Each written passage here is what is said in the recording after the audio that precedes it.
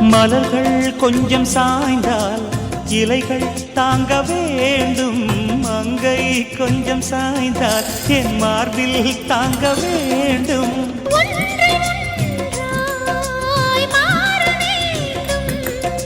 உன்னில் என்னை தேட வேண்டும்.